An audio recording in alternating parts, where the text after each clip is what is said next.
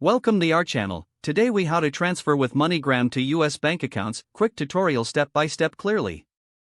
To begin the transfer process with MoneyGram, visit the official MoneyGram website or download their mobile app.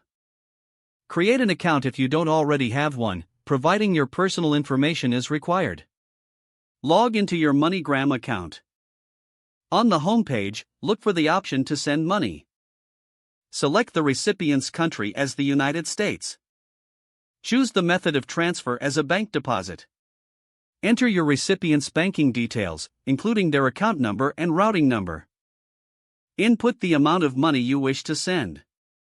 Review any applicable fees associated with the transfer. Choose your payment method for this transaction.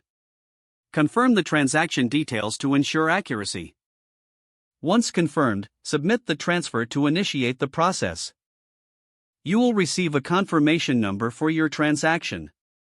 Share this confirmation number with your recipient for tracking purposes. Wait for the transfer to be processed, which usually takes a few minutes. Check your account for confirmation once the transfer is complete. Encourage your recipient to verify their bank account for deposited funds. This completes your MoneyGram transfer to a US bank account. If the page does not load, refresh the browser or try again in a private or incognito window. Make sure you are using the correct email address, then retype it carefully to avoid small typos. If your password is not accepted, use the reset option and create a new strong password you can remember. Check your spam folder for verification or security emails, then complete any requested confirmation steps. Enable two-factor authentication if available to improve account security and reduce unauthorized access risk.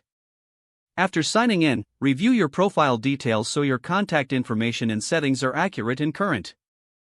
If you see an error message, note it down and try again after restarting your device and internet connection. Log out when you finish, especially on shared devices, to keep your account and payment information secure. If the page does not load, refresh the browser or try again in a private or incognito window.